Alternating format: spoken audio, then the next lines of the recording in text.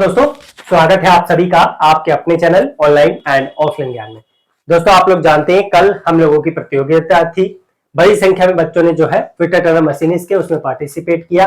वादे के अनुसार आप लोगों से बोला था कि बलराम सर उसका सोल्यूशन या तो लाइव या रिकॉर्डेड वीडियो के माध्यम से करवाएंगे, लेकिन लाइव में कुछ इश्यू होने की वजह से लाइव प्रॉपर तरीके से कंडक्ट नहीं हो पा रहा है, क्योंकि बीच में अगर लाइट चले गई दिक्कत हो रही है। आज यहाँ पे बारिश का समय है दिल्ली में, तो बहुत बड़ी दिक्कत हो जाएगी, लाइव बीच में टूट जाएगी, सारे बच्चे जो है उस चीज को देख नहीं पाएंगे।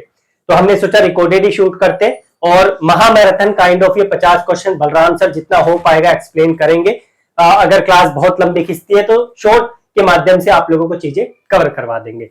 इस वीडियो में मैं रिजल्ट भी पब्लिश करूंगा, रैंक भी आप लोगों की पब्लिश करूंगा, बच्चों को जो प्राइज दिया है, किन किन को गया है, कितने मार्क्स उनके आए क्विज में, वो सारी चीजें इस वीडियो में सॉल्यूशन के बाद बलराम सर करवाएंगे। बहुत बच्चों को ऐसा लगा कि हम लोगों ने जो है 99 रुपीज ज्यादा ले लिए, लेकिन आपको पता नहीं 38 बच्चे एनरोल हुए थे। उसके बाद जितना भी पैसा था वो हमें अपनी पॉकेट से ही बच्चों को देना पड़ा है यहाँ पर। उसके बाद बुक भी तीनों बच्चों को डिलीवर की जाएगी, तो एड्रेस एवरीथिंग मैंने उन बच्चों की ले ली है। कुछ फेर बदल भी किया है रिजल्ट में, वो मैं आप लोगों को जब बलराम सर सॉल्यूशन करवा देंगे तब मैं अच्छे तरीके से आप लोगों को अपनी बातों के माध्यम से सारी चीजें समझाऊंगा। जितना हो पाएगा बलराम सर अपनी साइड से जो है सॉल्यूशन इसका करवाएंगे। अगर लगेगा क्लास बहुत ज्यादा लंबी खिंच रही है तो शॉर्ट जो है माध्यम से आप लोगों को चीजें कवर करवा देंगे। नेक्स्ट टाइम से जो क्विज का अमाउंट रखेंगे हम लोग 11 रुपया 21 रुपए रखेंगे, ताकि बच्चों को ऐसा ना लगे कि बहुत बड़ा अमाउंट 99 रुपीज हम लोगों से लिया जा रहा है। बलराम सर आप आ जाइए, बच्चों को जो है सोल्यूशन करवाना शुरू कर दीजिए, क्योंकि ये वेट कर रहे थे, इन लोगों से प्रॉमिस किया था, आप लोग करवा दीजिए। ठीक है, बलराम सर आप लोगों को करवाएंगे। नमस्कार दोस्तों, आई होप सभी लोग आप ठीक होंगे। जो कल एग्जाम जो हम लोग टेस्ट दिए थे कल, उस 50 क्वेश्चन का हम लोग लाइव सोल्यूशन तो कर नहीं पा रहे हैं, पर वीडियो के रिकॉर्डेड होने के नाते सभी का एक से लगाए 50 तक का, जो भी जिसका सही हुआ उनका भी, जिनका गलत हुआ उनका भी, इसमें देख करके आप लोग अपना सब कुछ मिला लीजिए। और हम लोग यहाँ पे सभी चीजों का एक से लगाए 50 तक ऐसा कोई भी क्वेश्चन नहीं रहेगा जिसका हम लोग हल नहीं देखेंगे, सभी का देखेंगे बारी बारी करके। तो पहला क्वेश्चन ये है हमारा, एंगल गेजों को कोण को मापने के लिए बिल्डअप करने के लिए प्रयोग में लाया जाता है। चित्र में दर्शाया गया जो साइन है यानी एक्स है उसका कितना मान है, मतलब इन सभी को जोड़ने के बाद ये मान हमारा कितना आएगा वो हमसे पूछा है। तो हम देख लेते हैं, ये दिख नहीं रहा होगा तो हम पेन से लिख देते हैं इसको। ये है 27 डिग्री, ये है 9 डिग्री, ये है 3 डिग्री, ये है 27 मिनट, ये है 9 मिनट, ये है 18 सेकेंड। अब देख लेते हैं, थोड़ी बेसिक चीजें जान लेते हैं कि एक डिग्री में हमारा कितना मिनट होता है। ये होता है हमारा 60 मिनट, और एक मिनट में हमारा होता है, आप सभी लोग जानते हैं, 60 सेकेंड। तो जब हम अपने कोण के रूप में चलते हैं, कोण के रूप में हमने सवाल को सॉल्व करते हैं, तो सेकंड लिखते नहीं है, मिनट लिखते नहीं, इसका साइन लगा देते हैं। ये जो साइन लगा हुआ है वो मिनट और सेकंड का है। तो सबसे पहले क्वेश्चन को देख लेते हैं। ये रहा हमारा 27 डिग्री, ये रहा हमारा 27 डिग्री, 9 डिग्री, और ये रहा हमारा 3 डिग्री। ये डिग्री में है। मिनट वाला देख लेते हैं हम। एक रहा हमारा 27 मिनट है और दूसरा है हमारा 9 मिनट, ये हमारा मिनट में है। और 18 सेकंड जो है हमारा वो सिर्फ 18 सेकंड अकेला है। इन तीनों को 27 और 3 30 हो गया, और 30 9 39, ये हमारा डिग्री में आ गया। मिनट वाला देख लेते हैं, ये हमारा हो जाता है 36 मिनट, और ये तो डायरेक्ट हमारा 18 सेकंड है ही। तो ये हमारा हो गया 39 डिग्री 36 मिनट और 18 सेकेंड, जो कि हमारा पहले ही ऑप्शन में दिख रहा है 39 डिग्री 36 मिनट और 18 सेकेंड, जो कि आप देख सकते हैं वहां पे है। अब हम अपने दूसरे क्वेश्चन पे चल देते हैं। दूसरा क्वेश्चन क्या है हमारा? दूसरा क्वेश्चन है हमारा ये, होल बेसिक सिस्टम के अंतर्गत निम्नलिखित में से कौन सा क्लियरेंस फीट है। अब सबसे पहले हम क्लियरेंस फीट के बारे में तो जानेंगे ही। आप अगर अपनी तैयारी को बहुत अच्छे लेवल में लेके जाना चाहते हैं तो आप तो बहुत अच्छे से जानते होंगे। इसे समझने के लिए हमारा सेपरेट ही वीडियो कम से कम 1 घंटे का बन जाएगा। तो जब हमारा प्रोसेस क्लासेस चलने लगेंगे तो इसमें बहुत अच्छे तरीके से आपको बता दिया जाएगा। पर फिर भी हम कोशिश करते हैं इसी में समझाने के, आप लोग देख सकते हैं। तो सबसे पहले हम फीट जानते हैं। फीट के कितने प्रकार होते हैं, उसी में से पूछा है क्लियरेंस फीट इसमें से कौन सा है, यानी ये भी इसमें बताया गया होगा कि इसमें ट्रांजिशन फीट भी होते हैं और इंटरफियरेंस फीट भी होते हैं, यानी तीनों फीट इसमें छुपा हुआ रहेगा। और जिसमें हमारा पूछा है कौन सा क्लियरेंस फीट है, कौन सा इसमें से क्लियरेंस फीट है, तो हम देख लेते हैं। फीट हमारा कितने प्रकार के होते हैं, टाइप्स ऑफ फीट, ये हमारे होते हैं टाइप्स ऑफ फीट। ये होते हैं हमारे 3 प्रकार के, कौन कौन से होते हैं वो हम जान लेते हैं। पेन का इश्यू होगा, थोड़ा सा हम मोटा कर लेते हैं इसको। ये है हमारा क्लियरेंस, क्लियरेंस फीट। ये होता है हमारा ट्रांजिशन फीट।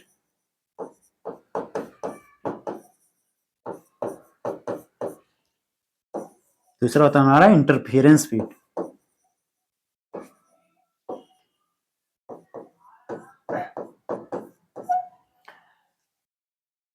सबसे पहले ये चीजें हम देखते हैं कि क्लियरेंस फीट क्या होता है। बहुत अच्छे तरीके से हम लेकर के चलेंगे, भले से ही हमारा टाइम कितना भी लग जाए, पर 50 क्वेश्चन से हम कम से कम 200 क्वेश्चन को सॉल्व कर लेंगे। आप लोग इसी क्वेश्चन से पता लगा लेंगे कि अब आइंदा ऐसे फॉर्मेशन में आने वाले फीट्स को आप गलती कभी भी नहीं करेंगे। क्लियरेंस फीट क्या होता है, क्लियरेंस का पता ही चल रहा है, क्लियरेंस जो आसानी से आ जा सके। मतलब कि एक होता है हमारा होल, एक होता है हमारा शाफ्ट। जब होल बड़ा होता है हमारा और शाफ्ट छोटा होता है, तब हमारा होता है क्लियरेंस फीट। और इंटरफियरेंस फीट क्या होता है, जब हमारा होल छोटा होता है और हमारा शाफ्ट बड़ा होता है, तब हमारा होता है इंटरफियरेंस फीट। और ट्रांजिशन फीट क्या होता है, क्लियरेंस फीट और इंटरफियरेंस के बीच जो अंतर आते हैं वही हमारा होता है इंटरफियरेंस फीट। अब हम अपने मुद्दे पे चलते हैं कि पहचानते कैसे हैं इसको। पहचानने का तरीका है, अगर हमारा फीट A to H और ट्रांजिशन में P to ZC और बीच में जो अक्षर आता है वो है हमारा J to N,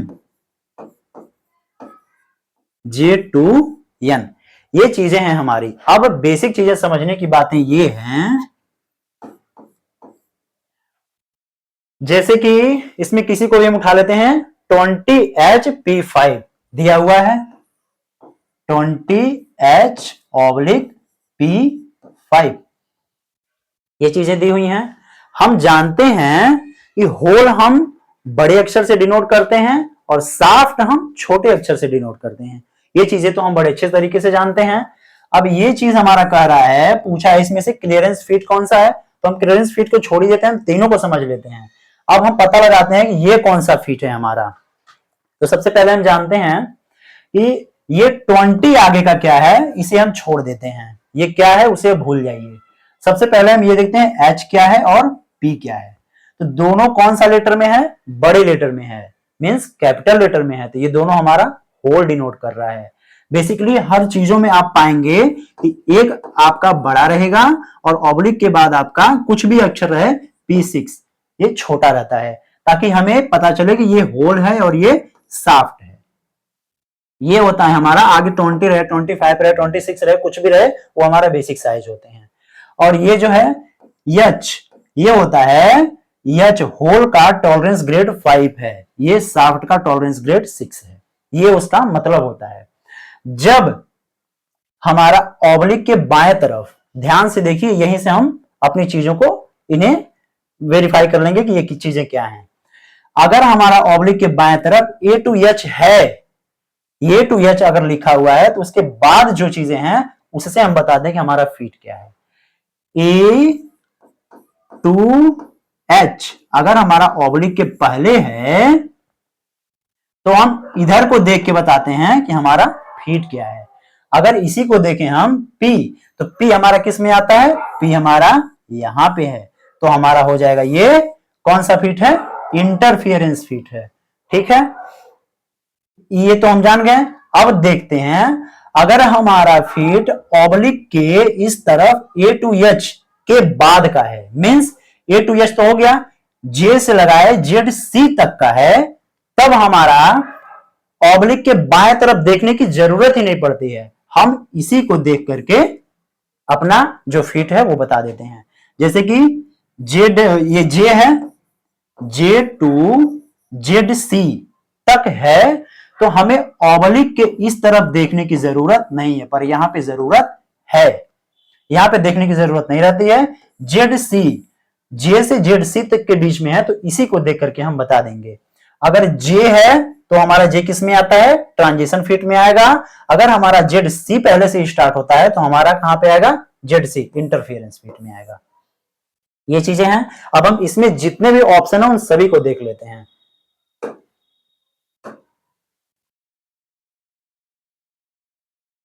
अगर किसी को भी दिक्कत होगा तो बैक करके आप उस चीजों को देख सकते हैं। हम फिर से यहां पे बता देते हैं। ये रहा ऑब्लिक के दाएं तरफ, हमने कहा था अगर आप A to H देखते हैं तो इधर देख करके आप फीट बताएंगे। तो A to H तो है ही, तो उसके बाद P है ना, तो P हमारा किस में आ रहा था, इंटरफियरेंस फीट, मींस ये है इंटरफियरेंस फीट, ये हो गया। ये देखिए E, A to H के बीच में ही तो E आता है, A to H के, यानी A B C D E, E तो यहीं पे आया। तो उसके बाद हम देखेंगे G किस में आता है, A to H के बीच में ही आता है, तो ये हमारा हो जाता है क्लियरेंस फीट, ये हो गया। H भी तो यहीं पे है, इसके बाद ही देखेंगे। Z है, यानी ZC तक कहां गया था, वहां पे गया था ना, तो ये क्या हो जाएगा, इंटरफियरेंस फीट, ये भी हमारा हो जाएगा।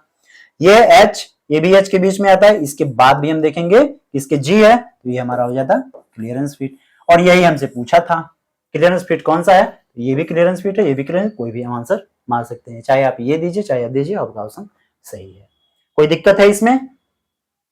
अगर जिसको भी नहीं समझ में आया तो आगे आने वाली क्लासेस में इसको बहुत अच्छे तरीके से समझा दी जाएंगी, पर ऐसा जरूरत ही नहीं पड़ा है कि इसमें समझ ना आए। और चीजें आप नोट्स ये मत समझिएगा कि नोट्स का इसमें एडवर्टाइजमेंट हो रहा है। नोट्स में इतने अच्छे तरीके से ये चीजें बताई गई हैं, इतनी ब्रीफली तरीके से लिख दी गई हैं कि आपको जरूरत ही नहीं पड़ेगा उसे ज्यादा समझने की। और अगर नोट्स लेना है तो लिंक के इसी वीडियो के डिस्क्रिप्शन में है, आप वहां से जाकर के ले सकते हैं। हम अगले क्वेश्चन पे अपने चलते हैं। अगला क्वेश्चन है हमारा,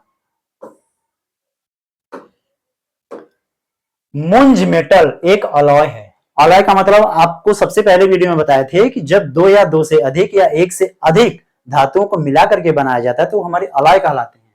अलॉय में मुंज मेटल क्या होता है वो हमसे पूछा है।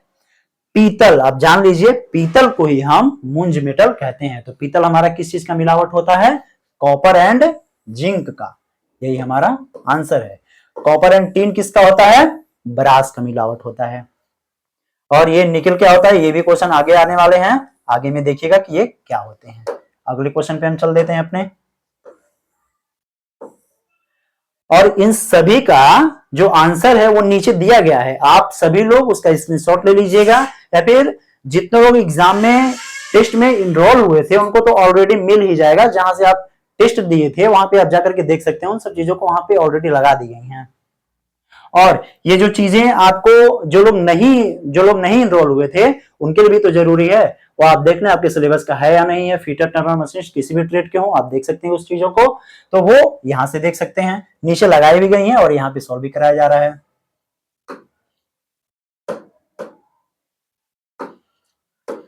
ये रहा मोनल मेटल। मोनल मेटल क्या होता है, ये हमारा किसका मिश्रण होता है, सभी ऑप्शन को देख लेते हैं। ये रहा हमारा मिश्रण होता है निकिल एंड कॉपर का। और कभी कभी हमसे पूछ लेता है जो हमारा ये मोनल मेटल है उसका रेशियो कितना होता है, कितने रेशियो में ये मिले हुए होते हैं। तो हमारा जो निकिल होता है, जो हमारा निकिल होता है वो 60% होता है, और जो कॉपर होता है हमारा वो 40% में होता है।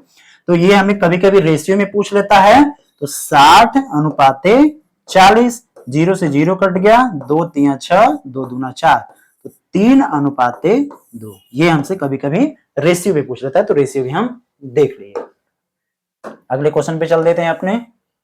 अगला क्वेश्चन है हमारा, चित्र में टेपर टर्निंग का कौन सा विधि दर्शाया गया है। शायद ही आपको ये ना दिखे, पर ये है हमारा, लिख देते हैं हम इस पे, ये है हमारा हेड स्टॉक, ये है हमारा, इधर साइड है टेल स्टॉक, ये है हमारा जिसमें हम टूल बांधते हैं। टूल किसमें बांधते हैं हम, ये टूल पोस्ट है, टूल पोस्ट है। अगर ये फिगर दिखता तो अच्छे से समझ में आता, अदरवाइज मैं समझाने की पूरी कोशिश करूंगा कि आपको बहुत अच्छे तरीके से ये समझ में आ जाए। सबसे पहले जान लीजिए ये है क्या, ये ऑफसेट विधि है।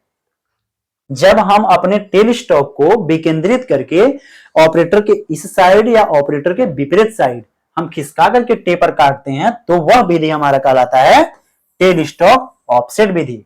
और कभी कभी हमसे ये भी क्वेश्चन इंपॉर्टेंट तरीके से पूछ लिया जाता है कि कब हमारा टेपर टर्निंग, ये ऑफसेट विधि में कब हमारा हेड स्टॉक की तरफ बड़ा डायमीटर होगा और कब हमारा छोटा डायमीटर टेल स्टॉक की तरफ होगा। तो ये भी जान लेते हैं हम। जब हमारा ऑफसेट का विकेंद्रण ऑपरेटर की ओर होता है तो हमारा बड़ा डायमीटर क्या होता है, वो हेड स्टॉक की तरफ होता है।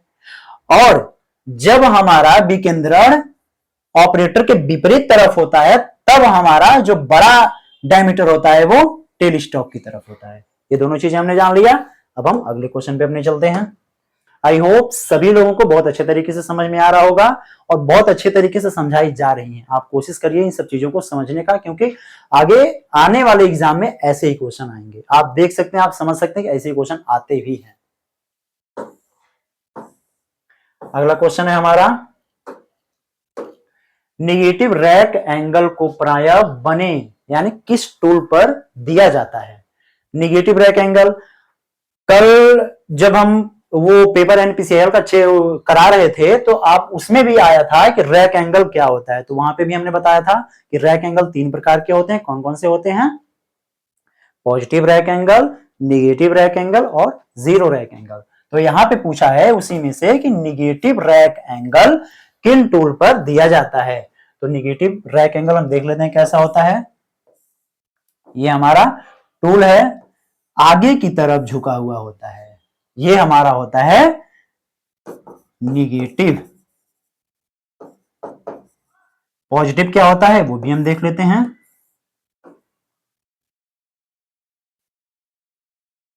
ये होता है हमारा पॉजिटिव रैक एंगल, मतलब आगे की तरफ उठा हुआ, पीछे की तरफ, नीचे की तरफ झुका हुआ निगेटिव होता है। ये हमारा होता है पॉजिटिव। एक ही वीडियो में आपके कई क्वेश्चन सॉल्व हो जा रहे हैं, आपको प्रतीत हो रहा होगा। ये देखिए, ये दोनों चीजें आपके सामने हैं। किन टूलों पर दिया जाता है, जब हम हार्ड मटेरियल की टर्निंग करते हैं तब हम निगेटिव रैक एंगल का प्रयोग करते हैं। जब हम हल्के या फिर सॉफ्ट मटेरियल का टर्निंग करते हैं तब हम अपने पॉजिटिव एंगल का प्रयोग करते हैं। ये होता है हमारा। और जीरो रैक एंगल क्या होता है, जीरो रैक एंगल जिसपे कोई एंगल ही नहीं दिया जाता है। जैसा टूल है हमारा, ये टूल है हमारा, ये सिंपल ऐसा ही रहता है। वो जैसे पीतल का टर्निंग हुआ, उस पर किसी भी एंगल का जरूरत नहीं पड़ता है, वो ऐसे ही कट जाता है, तो उस पर किसी भी चीज का प्रयोग नहीं करते। ये क्या होता है हमारा zero rack angle. I hope सभी लोगों को बहुत अच्छे तरीके से समझ में आ रहा होगा। और हम अगले क्वेश्चन पे अपने चलते हैं।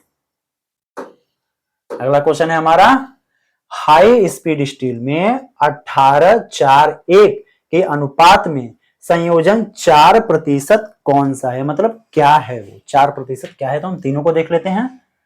दिया है हमारा 18, 4 और 1। तो ये होता है हमारा टंगस्टन। ये होता है हमारा टंगस्टन, जो कि ये है। ये होता है, यही हमसे पूछा है, ये होता है हमारा क्रोमियम, जो कि हमारा ये रहा, यही ऑप्शन हमारा सही है।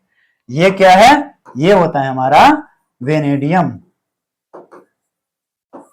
क्या है हमारा वेनेडियम, ये रहा। ये तीनों चीजें यहां पे आपको दिख गई। तीनों चीजें एग्जाम में कोई भी पूछे आप आसानी से बता सकते हैं। अगले क्वेश्चन पे चलते हैं हम। अगला क्वेश्चन है हमारा,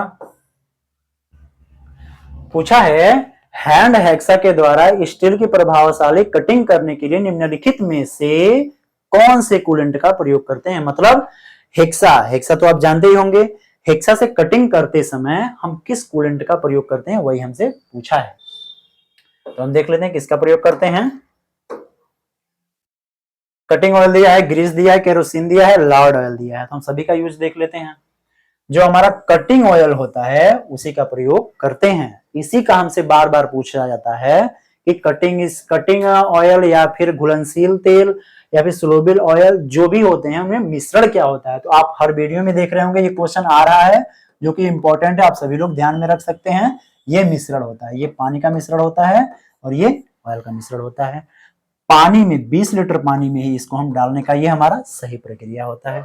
ग्रीस क्या है, ग्रीस है हमारा अर्ध ठोस यानी सेमी अर्ध ठोस लुब्रिकेंट, ये लुब्रिकेंट में आता है ग्रीस। ये मिट्टी का तेल क्या है, किस में आता है, एल्युमिनियम की जब हम टर्निंग करते हैं तब वहां पे हम केरोसिन का प्रयोग करते हैं। लार्ड ऑयल, लार्ड ऑयल जैसे पीतल हुआ, जैसे बहुत सारी चीजों में ये लार्ड ऑयल प्रयोग किए जाते हैं। बहुत रेयर केसेस में इनका प्रयोग होता है। सबसे ज्यादा किसका प्रयोग होता है, वो घुलनशील तेल स्लोबिल ऑयल का प्रयोग होता है। ये चीजें हैं। अगले क्वेश्चन पे हम चल देते हैं अपने। अगला क्वेश्चन है हमारा, सेपर में कटिंग से रिटर्न स्ट्रोक का स्टैंडर्ड अनुपात क्या होता है। सेपर क्या होता है, जैसे ऊपर से लटका हुआ टूल होता है ना, वो कटिंग करता है। ये कटिंग करने का जो प्रक्रिया है पूछा है, वो कटिंग कितने समय में करता है और रिटर्न कितने समय में आता है। ये कटिंग करने की प्रक्रिया क्या होती है और ये आने की प्रक्रिया क्या होती है, ये भी देख लेते हैं हम। जब हमारा टूल कटिंग करते हुए आगे जाता है तो उसके जैसे 3:2 का उसको समय लगता है। तो 3 क्या है, 2 क्या है, देख लेते हैं। जब हमारा कटिंग करेगा तो उसको 3 सेकंड का अगर समय लग रहा है तो वापस आने में उसे 2 सेकंड का समय लगेगा। ये इसका मतलब है। मतलब ये कटिंग स्ट्रोक है, ये रिटर्निंग स्ट्रोक है, ये इसका अनुपात होता है। कटिंग करने में थोड़ा ज्यादा समय लगता है और समय को बचाने के लिए जो वापस आता है समय, उसमें 1 सेकंड का समय कम लगता है। हम जानते हैं एक ही बार में कोई चीज कट नहीं जाता है। जब हजारों चक्कर लगते हैं तो 1-1 सेकंड हर बार कम होने पे टाइम हमारा कम हो जाता है। इसीलिए रिटर्निंग स्ट्रोक जो होता है हमारा वो कम होता है।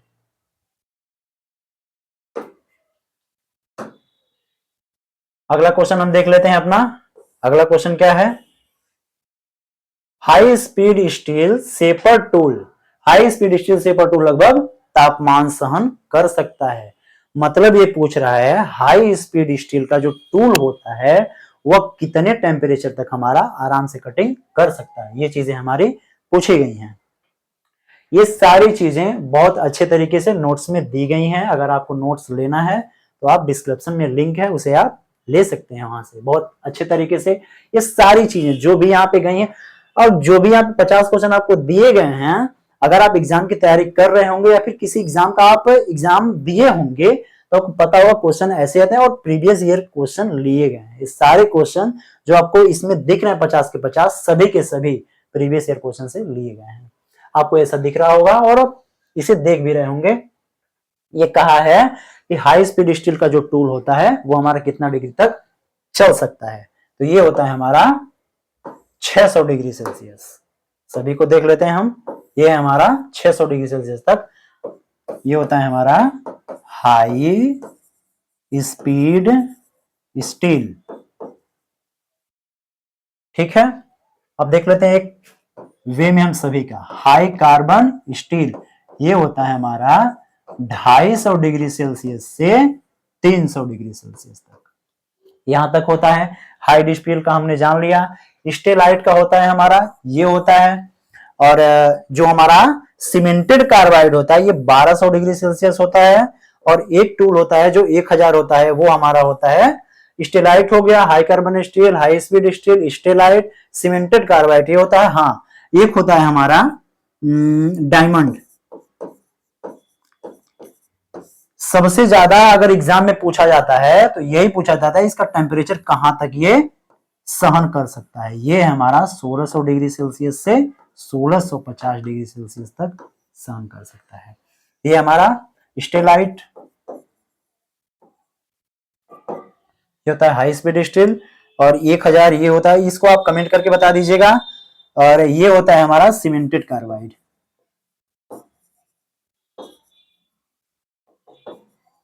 सीमेंटेड कार्बाइड ये होता है, चलिए आप लोग बता दीजिएगा इसको, हमको याद है पर इस टाइम भूल गया है।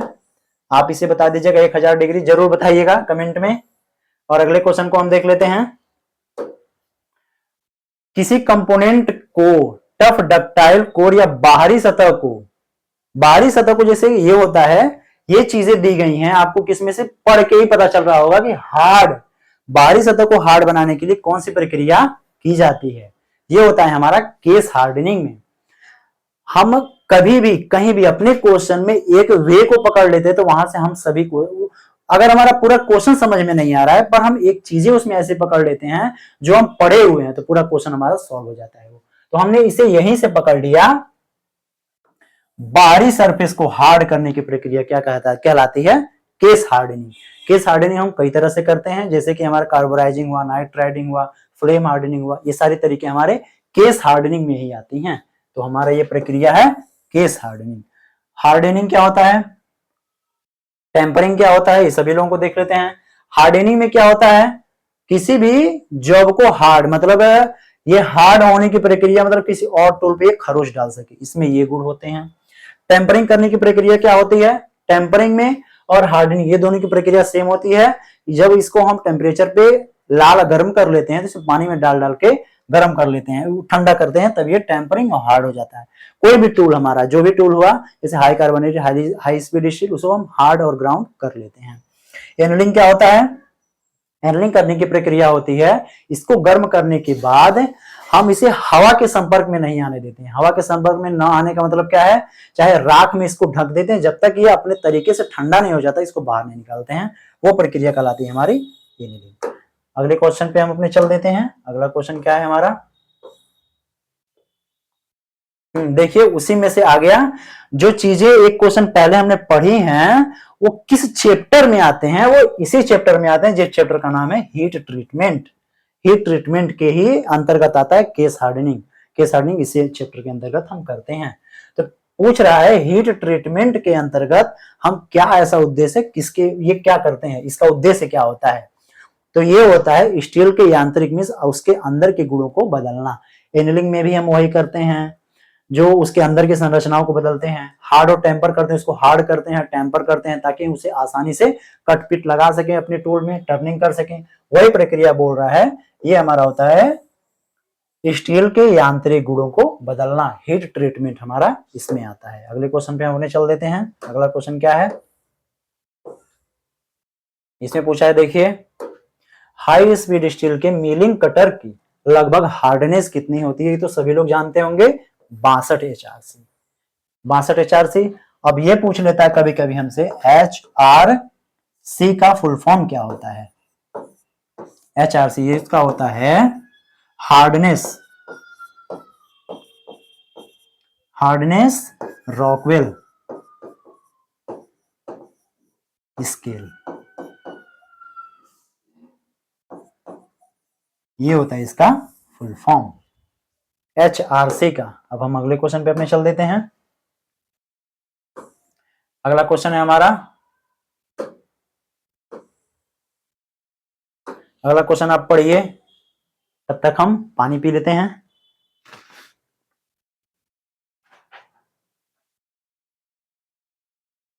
चलिए क्वेश्चन हमारा पूछ रहा है, स्टील को अपर क्रिटिकल तापमान से लगभग 40 डिग्री अधिक गर्म करने पर कमरे के तापमान। अब देखिए ये क्वेश्चन पूछ रहा है कि हम हवा में किसको ठंडा करते हैं, और हम सभी चीजों को जान लेते हैं, किसको हवा में ठंडा करते हैं, किसको पानी में ठंडा करते हैं, और किसको कहां पे ठंडा करते हैं। सारे ऑप्शन को हम यहीं पे जांच लेते हैं, क्वेश्चन में हमारा क्या बोल रहा है।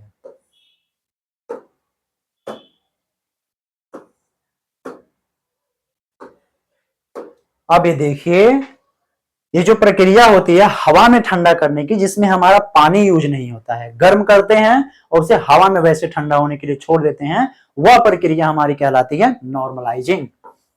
क्या कहलाती है? वह प्रक्रिया हमारी नॉर्मलाइजिंग कहलाती है। अब देख लेते हैं एनिलिंग, तो अभी बताया है हम आपने आपको कि इसको गर्म करने के बाद उसी भट्ठी में या फिर ऐसी जगह इसको रखते हैं जहां पे इसको हवा और पानी इसके संपर्क में ना आए, वो अपने तरीके से आराम आराम से ठंडा हो, वह प्रक्रिया हमारी कहलाती है एनिलिंग। और भी जो दो ऑप्शन है उसको भी देख लेते हैं। ये ऑप्शन है हमारे टेम्परिंग और हार्डनिंग, जो कि अभी हमने बताया आपको। टेम्परिंग और हार्डनिंग करने की प्रक्रिया यही होती है कि इसको गर्म करने के बाद पानी में बार बार डालते हैं, उसको ठंडा करते हैं, इसलिए हार्ड और टेम्पर वो अपने आप हो जाता है। इन सभी चीजों को देख लेते हैं। और एक चीज और आप लोगों से कहना चाहते हैं, अगर बीएआरसी का क्लासेस आपको चाहिए तो आप कमेंट में जरूर बताइएगा कि उसका क्लासेस सर डेली 50-50 क्वेश्चन के तरीके से आपको बहुत अच्छे क्वेश्चन के साथ आपको डेली के डेली आपको करा दिए जाएंगे। अगला क्वेश्चन है हमारा, भारतीय स्टैंडर्ड के अनुसार ग्रेड एम का ग्राइंडिंग व्हील किस ग्रुप के अंतर्गत आता है? अब ग्राइंडिंग व्हील देखिए, ऐसा कोई चैप्टर नहीं है जहां से हमने इसे लिया ना हो। अब देख लेते हैं ग्राइंडिंग व्हील का ग्रेड क्या होता है। अब ए टू जेड इसमें हम बताते हैं ग्रेड को, इसमें हम बताते हैं अपने ग्रेड को। तो ये हम देख लेते हैं, A B C D E F, ये होता है हमारा सॉफ्ट, ये होता है हमारा सॉफ्ट ग्राइंडिंग व्हील। ये जो ए ग्रेड हुए, बी ग्रेड हुए, सी ग्रेड हुए, एफ ग्रेड तक जो हमारे होते हैं वो सॉफ्ट ग्रेड में आते हैं। और जो होता है डब्ल्यू एक्स वाई जेड, ये हमारे होते हैं हार्ड ग्रेड में। क्या होते हैं? हार्ड ग्रेड में। बीच के जो भी अक्षर आते हैं वो हमारा होता है मीडियम, जो कि हमारा क्या पूछा है इसमें? एम पूछा है, एम हमारा बीच में ही आता है। आप सब लोग देख सकते हैं, ये होता है हमारा सॉफ्ट, ये होता है मीडियम, ये होता है हार्ड। ये चीजें हैं आपके सामने ही, बहुत अच्छी तरीके से बताई जा रही हैं। आप लोग बताइएगा जरूर कि क्लास कैसा लग रहा है। और बीएआरसी के क्लासेस चाहिए तो आप उसके लिए भी कमेंट करिएगा। और ये भी बता दीजिएगा कि आपको थ्योरेटिकल वे में चाहिए या ऐसे ऑप्शन के साथ जो भी चीजें इसको ब्रीफली समझाने की कोशिश कर रहे हैं वो अच्छे तरीके से समझाते हुए ऐसे ही चलें या फिर थ्योरी में लाएं। आप लोग इसके बारे में भी सजेशन दे सकते हैं। अब ये देखिए, ये क्या पूछ रहा है हमसे, ये भी बहुत अच्छा क्वेश्चन है। रेजोनाइट बॉन्ड के लिए रीतिगत चिन्ह, मतलब रेजोनाइट बॉन्ड को हम किस अक्षर से डिनोट करते हैं, वो पूछा है। रेजोनाइट बॉन्ड को आप लोग समझ रहे होंगे आर से डिनोट करते हैं, लेकिन नहीं, आर से नहीं, इसको हम बी से डिनोट करते हैं। बी से क्या होता है? Vitrified bond. क्या होता है? विट्रीफाइड बॉन्ड, विट्रीफाइड बॉन्ड, ये होता है हमारा रेजोनाइट बॉन्ड। आर से होता है हमारा रबर बॉन्ड, हिंदी में ही लिख देते हैं रबर बॉन्ड। ई से होता है हमारा सैलक बॉन्ड, सैलक बॉन्ड। एक ये है और एक ये है, जो कि यही दोनों सबसे ज्यादा पूछे जाते हैं, क्योंकि इनका जो डिनोट करने का अक्षर होता है वो चेंज होता है। सैलक को हम एस से न करके ई से करते हैं, रेजोनाइट को आर से न करके हम बी से करते हैं। इसका दूसरा नाम होता है वैकेलाइट बॉन्ड। अगले क्वेश्चन पे हम चलते हैं। अगला क्वेश्चन हम देख लेते हैं। अगला क्वेश्चन ये रहा हमारा, एक ग्राइंडिंग व्हील की मार्किंग में इतने में 5 क्या इंगित करता है वो बताना है। आप सभी लोगों को हम देख लेते हैं, क्या पूछा है ये, 51 ए 46 एल 5 भी डैश 231, ये चीजें हैं हमारी। ये ग्राइंडिंग व्हील में हमारा क्या दर्शाता है वो चीजें पूछ रहा है। तो अब देख लीजिए, जो ये 51 है वो, और ये हमारा 231, ये कंपनी, जो कंपनी इसे बना के देती है वो अपने अनुसार यहाँ पे कुछ भी चीजें रख सकती है, पर बीच में वो चीजें नहीं रख सकती। वो ग्राइंडिंग व्हील के, हाँ, ग्राइंडिंग व्हील के अकॉर्डिंग ही रखते हैं कि वो चीजें क्या है। ये होता है हमारा एब्रेसिव, ये होता है हमारा एब्रेसिव, ये होता है। 46 हमारा क्या होता है, ये होता है हमारा ग्रेन साइज। ग्रेन साइज होता है। एल क्या होता है हमारा, ये होता है ग्रेड। एस ये 5 क्या होता है, जो कि हमारा पूछा है, वो होता है हमारा स्ट्रक्चर। ये होता है हमारा स्ट्रक्चर। और ये क्या होता है, ये होता है हमारा बॉन्ड। जैसे हुआ वे क्या है, विट्रीफाइड बॉन्ड, रेजोनेट बॉन्ड, जिससे पहले आप देखें वो सारे बॉन्ड होते हैं। ये होते हैं ग्राइंडिंग व्हील को दर्शाने के तरीके। सारी चीजें आप देख गए, ये चीजें होती हैं। अब हम इसमें से कुछ भी पूछता है, ये भी पूछ लेता है, ये भी पूछ लेता है, ये भी पूछ लेता है, ये भी पूछ लेता है, ये भी पूछ लेता है। आप सभी लोग इसको देख लेंगे, आप किसी को भी पूछे, कोई दिक्कत नहीं है। अगले क्वेश्चन पे हम चलते हैं। यही चीजें घुमा फिरा करके क्वेश्चन आपके एग्जाम में आती हैं, यही चीजें हैं। आप सभी इसको देखें। निम्नलिखित में से कौन सा कृत्रिम एब्रेसिव है? कृत्रिम मतलब आर्टिफिशियल। आर्टिफिशियल मतलब जो हम लोगों ने बनाया हुआ है, प्राकृतिक नहीं है। अब देखिए, जो एमरी है, डायमंड है, कुरंडम है, ये तीनों हैं हमारे नेचुरल एब्रेसिव हैं। पर ये जो एल्युमिनियम ऑक्साइड है वो हमारा है ये कृत्रिम एब्रेसिव, मतलब आर्टिफिशियल। ये हमारा सही हो जाएगा। ये तीनों हमारे आते हैं नेचुरल वे। अगले क्वेश्चन पे अपने चल देते हैं। अगला क्वेश्चन है हमारा, ये भी फिगर आप लोगों को दिख नहीं रहा होगा, तो ये जो हमारा चीजल होता है, जिसे हम यहाँ पे बना देते हैं,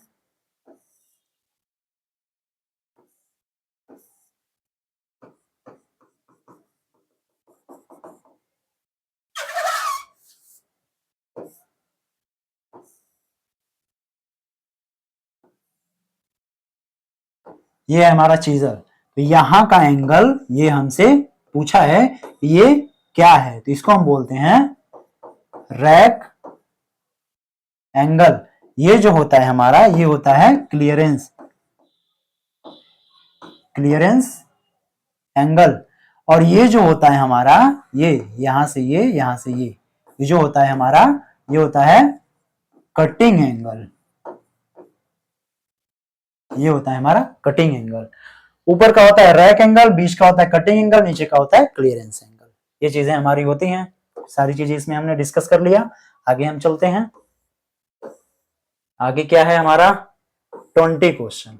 20 क्वेश्चन क्या है, 20 क्वेश्चन में पूछा है स्पॉट फेसिंग की जाती है। स्पॉट फेसिंग कहाँ की जाती है, कैसे की जाती है, कब की जाती है, वो सारी चीजें हम देख लेते हैं इसमें। इसमें पूछा है कि स्पॉट फेसिंग की जाती है, कहाँ की जाती है। जैसे कोई सरफेस है, जैसे हमने कोई चीजों में ड्रिल कर लिया, तो ड्रिल करने के बाद ऊपर जो बर्स फंसे हुए रहते हैं, ऐसे ड्रिल करते हैं तो ऊपर कुछ मटेरियल बाहर आ जाता है, या फिर उसके सतह पे कुछ, जैसे वेल्डिंग ग्राइंडिंग करते हैं, उसके कुछ सतह चिपक जाते हैं, तो उनको सरफेस को साफ करने की प्रक्रिया, ये जो ऐसे घूम घूम के वो साफ करता है, वो प्रक्रिया कहलाती है हमारी स्पॉट फेसिंग। स्पॉट फेसिंग क्यों की जाती है, जो हम बोल्ट उसमें कसते हैं, उसका हेड अच्छे तरीके से उस पे, उस सतह पे बैठ सके, उसमें कोई बर्स ना हो, वो टेढ़ा मेढ़ा ना हो, इसके लिए हम इसको ये क्या कहते हैं, स्पॉट फेसिंग कहते हैं। तो ये रहा हमारा सरफेस को फ्लैट बनाने के लिए, मतलब सरफेस जो हमारे बर्स लगे हुए हैं उसको क्लीन करने की प्रक्रिया, और जिसके बोल्ट का हेड, बोल्ट जो हम कसते हैं उसका हेड आसानी से उस पर बैठ सके, उसमें कोई एरर ना आए, उसके लिए हम जो आसानी से बैठ सके, वह प्रक्रिया हमारी कहलाती है स्पॉट फेसिंग। अच्छे से आई होप समझ रहे होंगे आप लोग। अगला क्वेश्चन हम देख लेते हैं। अगला क्वेश्चन क्या है, ये देखिए, ये भी अच्छा क्वेश्चन है। इसने पूछा है M5 टैप द्वारा टैपिंग करने के लिए टैप ड्रिल साइज बताइए। आपको इससे पहले भी बता दिया गया है tap drill size. Tap drill size होता है मेजर डायमीटर माइनस पिच, ये होता है। तो पिच तो यहाँ दिया नहीं है, तो हम यहाँ पे जानते हैं M5 जब रहता है तो वहां पे 1 ले लेते हैं। तो ये मेजर डायमीटर 5 है, -1 पिच है हमारा, तो ये 1 घटाने पे हमारा क्या हो जाएगा 4। तो 4 यहाँ पे हमारा आंसर दिया हुआ है। इतना इजी क्वेश्चन था ये। जब हमारा पिच नहीं रहता तो पिच में से 1 घटा देते हैं, वो हमारा आंसर हो जाता है। अगला क्या है, निम्नलिखित में से किस मटेरियल का प्रयोग ग्राइंडिंग व्हील बनाने में किया जाता है। सबसे ज्यादा क्वेश्चन पूछा जाने वाला ये है सबसे ज्यादा निम्नलिखित में से किस मटेरियल का प्रयोग ग्राइंडिंग व्हील बनाने में किया जाता है? ये देखिए कैल्शियम, कैल्शियम को तो बनाया नहीं जाएगा। ये होते हैं ग्रेनाइड और कोरंडम, ये हमारे नेचुरल एब्रेसिव होते हैं। ये होता है हमारा मटेरियल जिससे हम ग्राइंडिंग व्हील बनाते हैं, सिलिकॉन कार्बाइड। अगले क्वेश्चन पे हम चल देते हैं। अगला क्वेश्चन क्या है हमारा? ये देखिए, ये भी अच्छा क्वेश्चन है हमारा। इसमें पूछा है, इसका रीडिंग बताने के लिए पूछा है। वर्नियर आउटसाइड माइक्रोमीटर की रीडिंग। सबसे पहले वर्नियर आउटसाइड माइक्रोमीटर का वो क्या होता है, क्या बोलते हैं इसका एक्यूरेसी क्या होता है, मतलब इसका लिस्ट काउंट क्या होता है? लिस्ट काउंट होता है हमारा 0.001 mm। ये होता है हमारा इसका लिस्ट काउंट। अब इसी के अकॉर्डिंग हम निकाल लेते हैं। अब अच्छे से आप लोगों को दिख नहीं होगा पर हम बता दे रहे हैं। ये है 0, ये है 5, ये है हमारा 10, ये वाला है हमारा 11, लिख देते हैं बड़ा, ये है हमारा 10, ये है 11 और जिसको ये टच किया है वे है हमारा 12। तो 12 को तो टच कर लिया है, तो ये हमारा मेन स्केल हमारा हो गया 12 हो गया मेन स्केल। सब डिवीजन तो है नहीं, क्योंकि सब डिवीजन को वो पार ही नहीं कर रहा है, क्योंकि मेन डिवीजन पर ही रुक गया है। अब हम चलते हैं थिम्बल डिवीजन क्या होता है। हम जानते हैं हमारा थिम्बल डिवीजन का मान कितना होता है, 0.01 होता है थिम्बल डिवीजन का मान। और थिम्बल डिवीजन ये रहा हमारा 25, और 25 के जस्ट नीचे वाली लाइन, ये वाली लाइन टच कर रही है, जो कि है 25 से नीचे 24 ही आता है, तो 24 वाला लाइन हमारा टच कर रहा है। तो ये हमारा हो जाता है thimble division. Thimble division 0 point कितना है, 0.1 है, तो इसमें मल्टीप्लाई करके 24 का, तो 24 ही आएगा। तो ये हमारा 24 हो गया। अब जानते हैं हमारा लिस्ट काउंट क्या होता है, ये होता है। अब जो कि मेन चीज आउटसाइड माइक्रोमीटर का वो रीडिंग पूछा है, तो ये है हमारा मेन चीज। अब हम देखते हैं जो यक्स है वो किस लाइन पे हमारा मैच कर रहा है। तो ये है हमारा पहली लाइन, ये है हमारी दूसरी लाइन, ये है हमारी तीसरी लाइन, यही हमारा मैच कर रहा है इस पे, जो कि एक्स बना के हमें बता भी दिया गया है कि यही वाला लाइन मतलब मैच कर रहा है। जब हमारा ये चीज नहीं देता है तो हमें देखना पड़ता है कौन वाला लाइन मैच कर रहा है। ये देखिए, ये भी इसके नीचे है, ये भी इसके नीचे, ये भी इसको ऊपर है, ये भी उसके ऊपर है, ये भी नीचे, ये भी नीचे, मैच ये वाला कर रहा है। 1 2 3, इसमें हम 3 से ये लिस्ट काउंट है, इसमें हम 3 से मल्टीप्लाई करेंगे तो 0.003 आ जाएगा हमारा, 0.003। ये तो हमारा 12 है ही, तो ये हमारा 12 हो गया, ये 2 हो गया, ये 4 हो गया, ये 3 हो गया। जोड़ने का तरीका इधर से हमने नहीं, इधर से डायरेक्ट जोड़ दिया, तो ये 12.243 देख लेते हैं कहाँ पे है, तो 12.243 जो इसका एक्यूरेट रीडिंग है। ये चीज है हमारा आंसर। अब हम अगले क्वेश्चन पे अपने चल देते हैं। अगला क्वेश्चन क्या है हमारा? क्वेश्चन बहुत सारे हैं, फटाफट हम देख लेते हैं। वर्नियर कैलिपर का लिस्ट काउंट क्या होता है? तो ये तो सिंपल होता है, 1 MSD minus 1 VSD, main scale division minus 1 vernier scale division, 1 main scale division minus 1 vernier scale division. अब इसमें देख लेते हैं क्या है, किस लिए गलत है। एक vernier scale division minus 1 scale division, 1 main scale division, ये चीजें इसका उल्टा दिया हुआ है।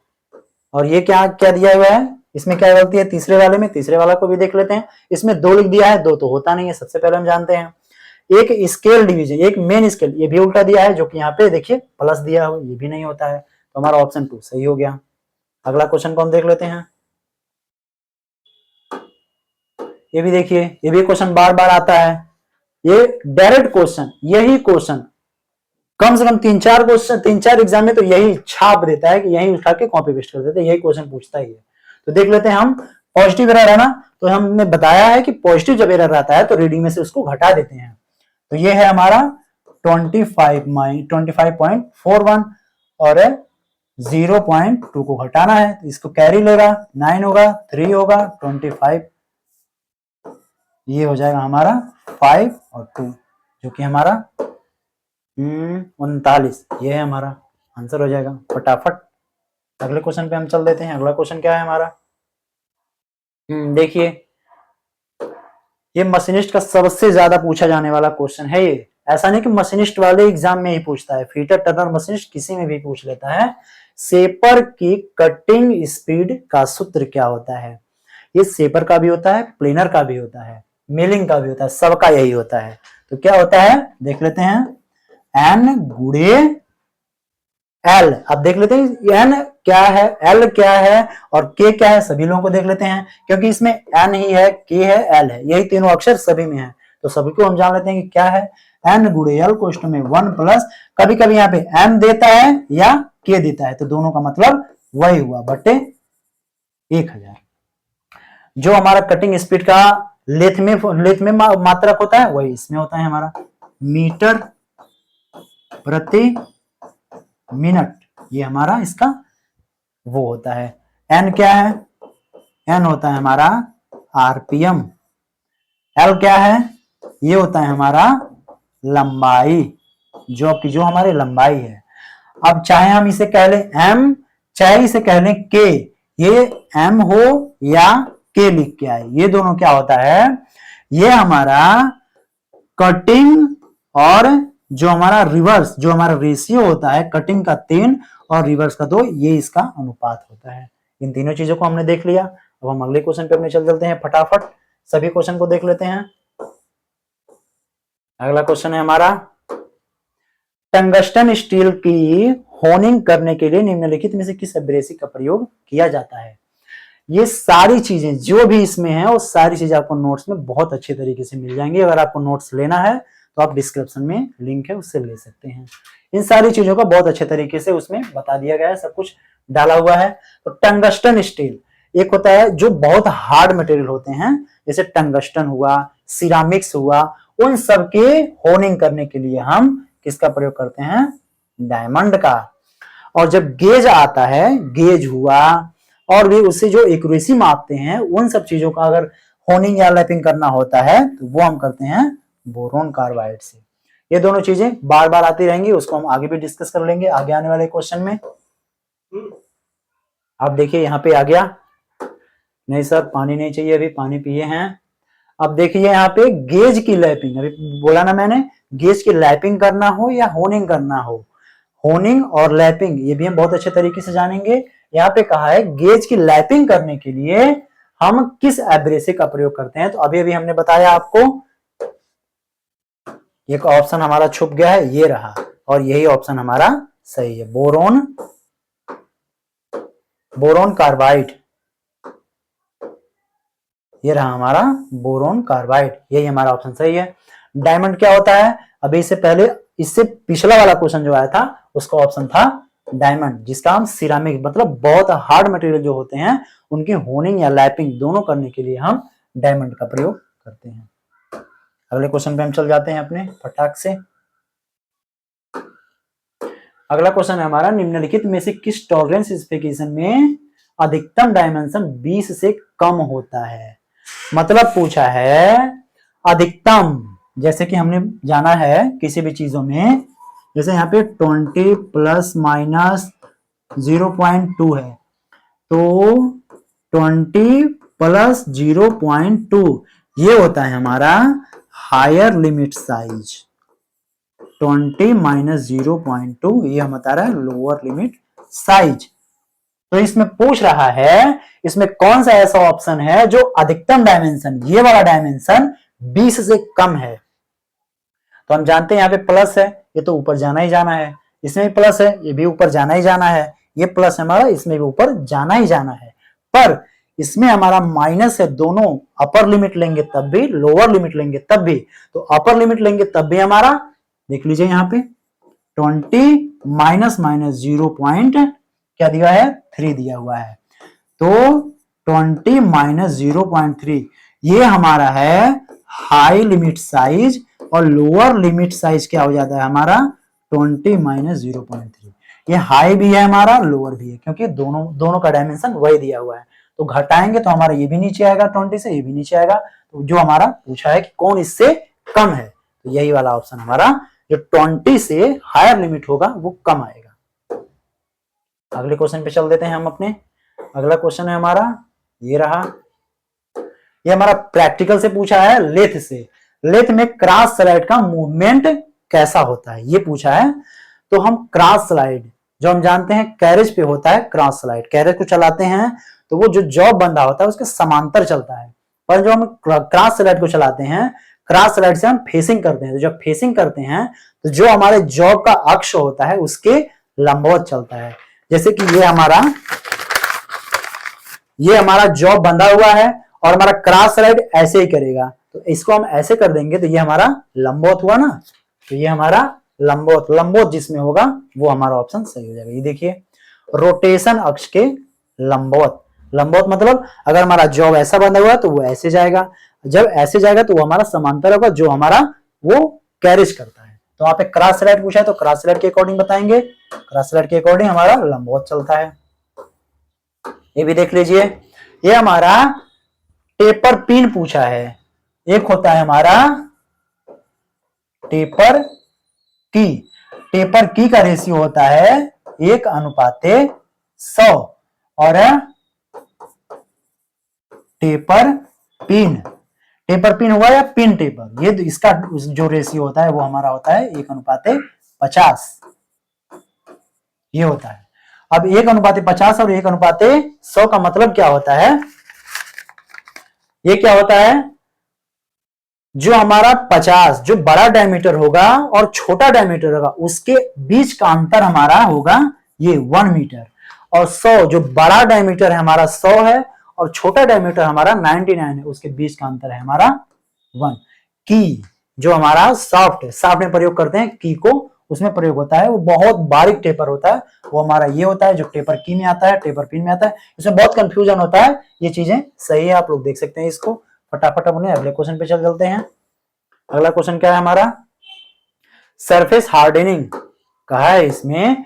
सरफेस हार्डनिंग के किस विधि के सतह, कौन सा विधि सतह मुक्त होता है, मतलब सरफेस हार्डनिंग किसी भी जॉब को हार्ड कर रहे हैं तो उसका सरफेस पे कोई भी मतलब पता ही नहीं चलना चाहिए कि वो हार्ड हुआ और किस तरह से, जैसे हैमर से, जैसे जब हम वो हार्डनिंग करते हैं तो पानी से निकालने के बाद उसको हैमर से पीटते हैं अगर, तो उसके पीठ पे उसके ऊपर पता चल जाता है कि हैमर से उसे पीटा गया है।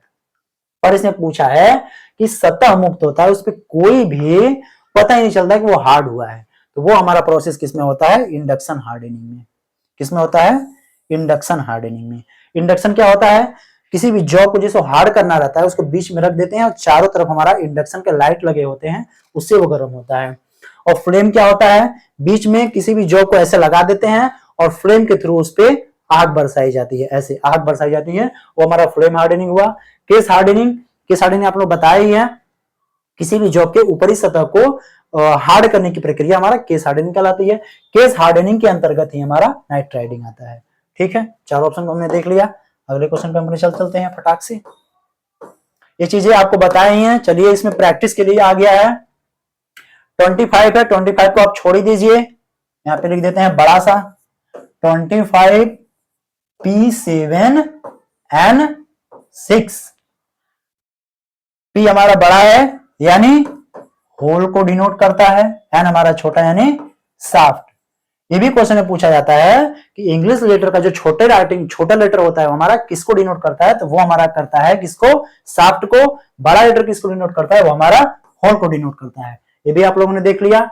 अब देखिए, हमने देखा है कि ऑब्लिक के इस तरफ A to H रहेगा तो हम आगे जाएंगे, अगर A to H के बाद रहेगा तो हम यहीं से अपना बताएंगे। तो ये है हमारा P जो कि हमारा A to H के बाद ही आता है, तो जब बाद आएगा तो हम आगे देखने की जरूरत नहीं समझेंगे। तो P क्या है हमारा, P हम जानते हैं सबसे लास्ट इंटरफियरेंस में आता है, तो इंटरफियरेंस कहां पे है इसमें, ये रहा इंटरफियरेंस, ये हमारा ऑप्शन सही हो जाएगा। बस आगे चलते हैं। आगे वाला क्वेश्चन क्या है हमारा, ये देखिए थोड़ा कैलकुलेटिव है, इसको देख लेते हैं। M12 multiply 1/1.75 tap drill size पूछा है। टैप ड्रिल साइज का सूत्र हमको बताए हैं, दो तरह का होता है, एक होता है 60% की एक्यूरेसी के साथ, एक होता है 100% एक्यूरेसी के साथ। हम दोनों देख लेते हैं, थोड़ा टाइम तो लगेगा, वीडियो लंबा हो रहा है पर आपको बहुत अच्छे तरीके से इसमें सारी चीजों का वेरिफिकेशन कर दे रहे हैं। एक होता है हमारा मेजर डायमीटर माइनस पिच, और एक होता है हमारा मेजर डायमीटर माइनस 2 गुणे डेप्थ। दोनों पे देख लेते हैं। इस पे तो हमारा पूछा नहीं है पर हम इसको भी बता देते हैं क्या आएगा। मेजर डायमीटर हमारा 12 और ये पिच क्या हमारा 1.75। जो चीजें हमारी आएंगी वही हमारी आंसर हो जाएंगी। मेजर डायमीटर इसमें देख लेते हैं 12 है और 2 गुणे। अब देख लेते हैं हमारा डेप्थ क्या होता है, ये भी आपको याद होना चाहिए। अब ये देखिए m है, m का मतलब मैट्रिक होता है, मैट्रिक में डेप्थ होता है 0.61 इंटू पिच। अगर हमारा यहाँ पे ब्रिटिश कहे, ब्रिटिश में उसे पूछता नहीं है, पूछता है तो वो उसका डायरेक्ट फॉर्मूला होता है। ब्रिटिश में कहे अगर गहराई पूछने के लिए 0.64 इंटू पिच होता है, ये चीज होता है। ये चीजें हो गई, ये तो पूछा नहीं है हमसे, ये पूछा है तो ये वाला मान हम रख देते हैं। डी का मतलब है 0.61 इंटू पिच, तो ये हुआ हमारा 12 माइनस, ये मल्टीप्लाई कर लेंगे तो ये हो जाएगा 122 मल्टीप्लाई हमारा पिच क्या है 1.75।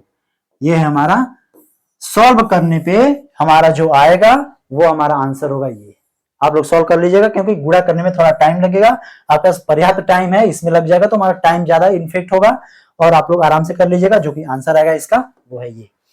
यहाँ पे मल्टीप्लाई करने पे जो भी चीज आएगा उसे 12 में से घटा देंगे तो यही हमारा आएगा। अगला क्वेश्चन है हमारा, ये तो डायरेक्ट है, ये तो सबको याद ही रहना चाहिए। रीमिंग अलाउंस, हम जान लेते हैं रीमिंग क्या होता है। तो जब ड्रिल कर लेते हैं हम, ड्रिल कोई भी राउंड बार जॉब है उसमें ड्रिल करने के लिए ड्रिल टूल का प्रयोग करते ही हैं। तो ड्रिल करने के बाद जब हमारा एक्यूरेसी नहीं आ पाता है उसने तरह का, तब हम उसमें रीमिंग करते हैं। रीमिंग बहुत बारीक तरीके से किया जाता है। और रीमिंग करने का तरीका क्या होता है, कोई भी होल किया गया है तो उसमें रीमिंग टूल डाल करके, वो मशीन से भी किया जाता है और हैंड से भी, हैंड रीमर भी होता है और मशीन रीमर भी होता है।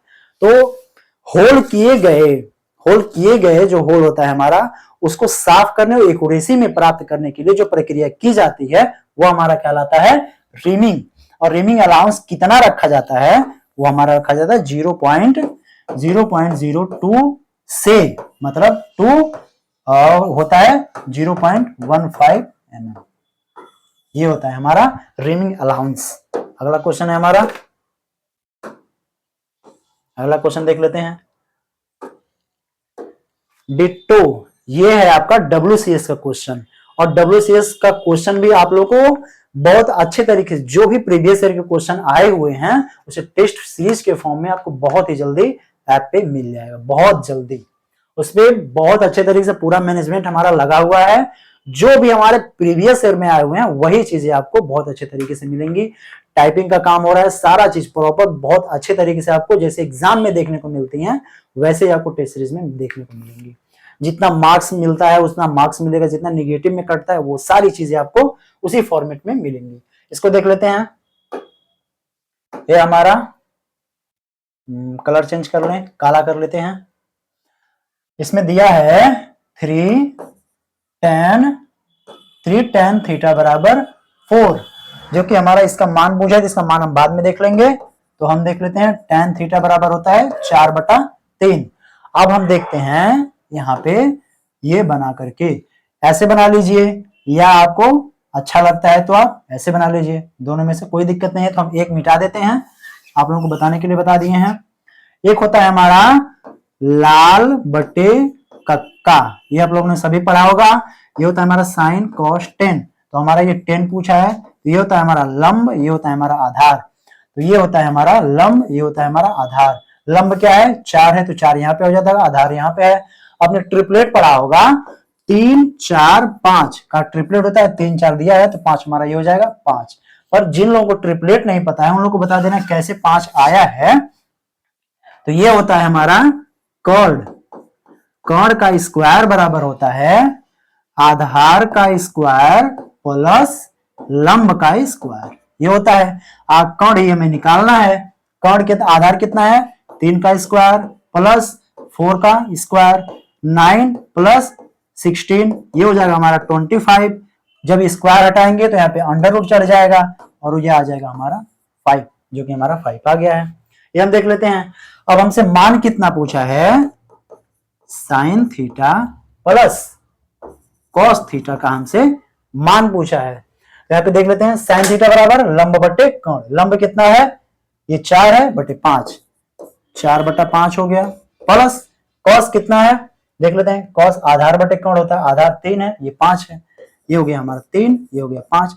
जब हमारा हर समान होता है तो हर को उतार लेते हैं, ऊपर वाला जोड़ लेते हैं, 7/5। देख लेते हैं इसमें 7/5 कहाँ है, ये रहा हमारा 7/5। आप लोगों को सब कुछ समझ में आया होगा। देख लीजिए अगले क्वेश्चन पे हमने चल लेते हैं। ये भी बहुत इजी है। ये जो आप WCS क्वेश्चन देख रहे हैं, ये भी सारे क्वेश्चन जो हैं वो प्रीवियस में आए हुए हैं। 60x पावर 8 y पे पावर 5, और भागा का मतलब होता है अगर हम गुणा करेंगे तो 1 बाई करके जो वैल्यू रहती है वो नीचे चली जाती है। 5x क्यूब y पावर 5, तो 5 से इसे काटेंगे तो 12 टाइम में कटेगा। x पे 3 है और x पे 8 है, तो x पे कितना बचेगा, 5 बचेगा। x पे पावर 5 नीचे है, x पे पावर 5 ऊपर है, कट जाएगा। हमारा आंसर कितना आ जाएगा, 12 पे पावर 5, 12x पे पावर 5, ये हमारा आंसर हो जाएगा। तो 12x पे पावर 5 ये हो गया।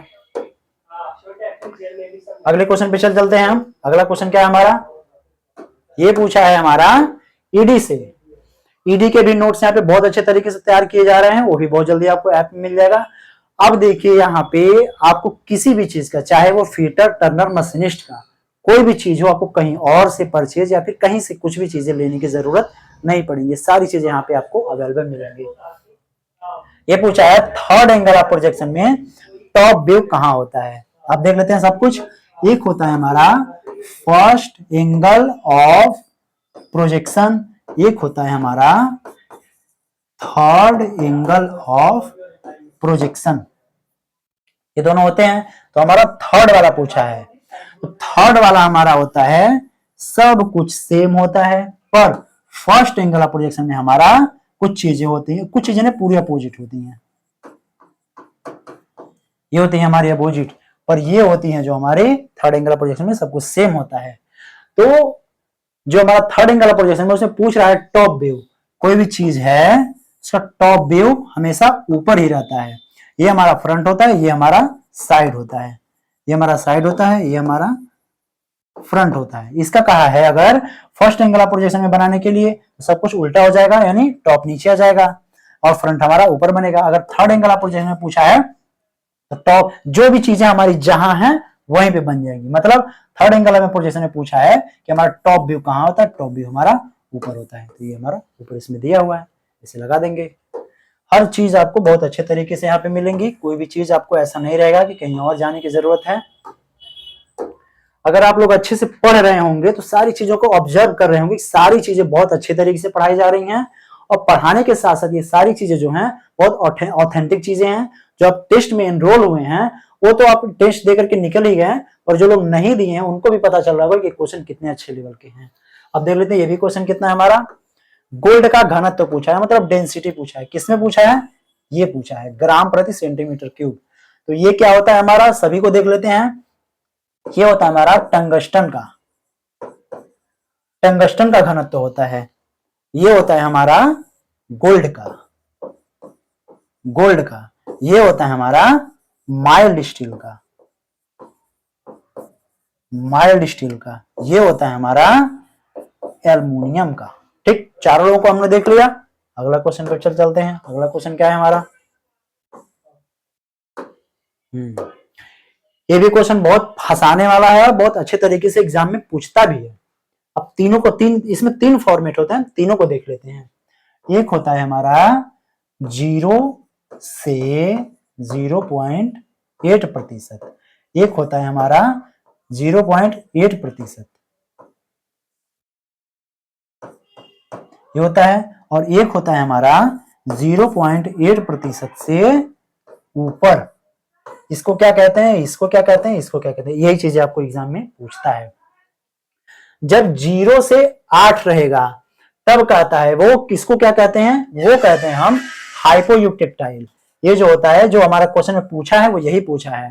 तो 0 से 8% जब कार्बन होता है तब किसी भी जॉब में, किसी भी टूल में, किसी भी चीज में 0 से 0.8% तक अगर कार्बन हुआ तो उसको हाइपोयूक्टेक्टाइल कहते हैं। अगर सिर्फ और सिर्फ इतना है, 0.8% है, तो उसको यूटेक्टाइल कहते हैं। अगर 0.8 से ऊपर है उसको हाइपर यूटेक्टाइल कहते हैं। ये तीनों चीजें आपने देख लिया, ये इसे कहते हैं, ये इसे कहते हैं, ये इसे कहते हैं, कोई दिक्कत नहीं है, सभी चीजें आपने देख लिया। अगले क्वेश्चन में चलते हैं। अगला क्वेश्चन क्या है हमारा, ये भी ड्राइंग का क्वेश्चन है। पूछा है, ये हमारा BIS भारतीय मानक संस्था के अनुसार जो कोई पद्धतियां हैं उसके अनुसार A2, A3, A4, A5 size में ड्राइंग का बॉर्डर कितना होता है। किसी भी पेज में हम ड्राइंग बनाते हैं तो साइड साइड में कुछ चीजें हम छोड़ देते हैं, तो यही पूछा है, इसका जो लंबाई चौड़ाई कितना होता है वही पूछा है। तो ये होता है हमारा 10, चाहे mm में लेंगे तो mm हो जाएगा, सेमी में लेंगे सेमी में हो जाएगा, किलोमीटर में तो बनाते नहीं, किलोमीटर में लेंगे तो किलोमीटर में हो जाएगा।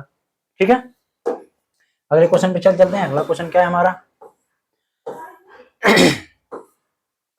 ये भी ड्राइंग का क्वेश्चन है। ड्राइंग बोर्ड जो होता है उसमें पूछा है D2 का आकार कितना होता है। तो D2 का आकार होता है, ये हम सभी को देख लेते हैं। D2 का आकार ये होता है हमारा D0 का 1000 आ गया अगर, तो ये हमारा हो जाता है पूरा D1 का। ये तो हमने देख लिया D2 का होता है, ये होता है हमारा D3 का। ये सारी चीजें हमने देख लिया, किसी भी चीज को बता सकते हैं।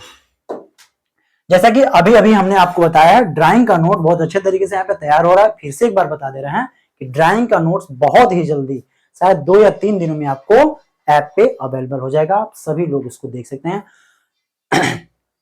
ड्राइंग उसको पढ़ने के बाद आपको ड्राइंग के किसी भी क्वेश्चन को कहीं और से प्रिपेयर करने की जरूरत नहीं पड़ेगी, बुक भी छूने की जरूरत नहीं पड़ेगी। अगला क्वेश्चन हम देख लेते हैं। अगला क्वेश्चन क्या है हमारा,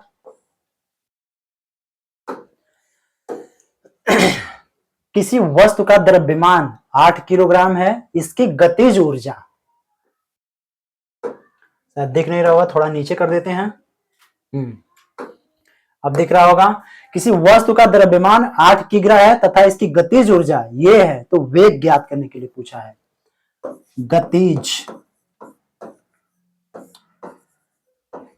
गतिज ऊर्जा, गतिज ऊर्जा मतलब काइनेटिक एनर्जी। काइनेटिक एनर्जी का सूत्र क्या होता है, 1/2 mv²। गतिज ऊर्जा, गतिज ऊर्जा कितना दिया है हमारा, 24 जूल।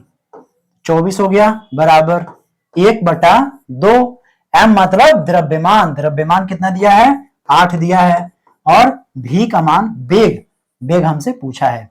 तो ये हो जाएगा, ये कट जाएगा, इससे 4 हो जाएगा, 4 से भाग दे देंगे, v² बराबर हमारा हो जाएगा 24/4, काट देंगे 6 आ जाएगा।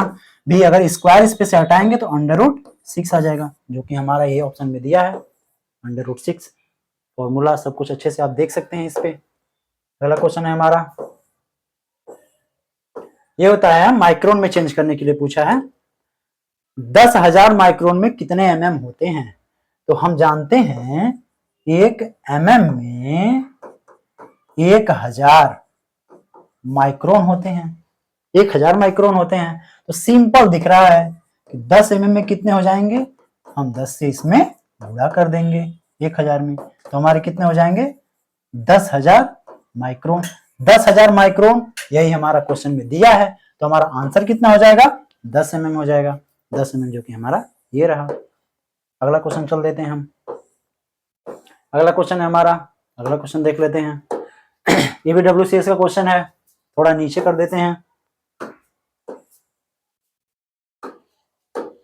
पूछा है क्रय मूल्य, क्रय मूल्य मतलब CP, क्रय मूल्य बराबर 850 है।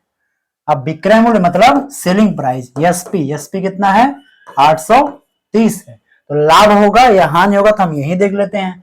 कोई चीज 850 में खरीद करके हम 830 रुपए में बेच दे रहे हैं, तो लॉस होगा हमारा।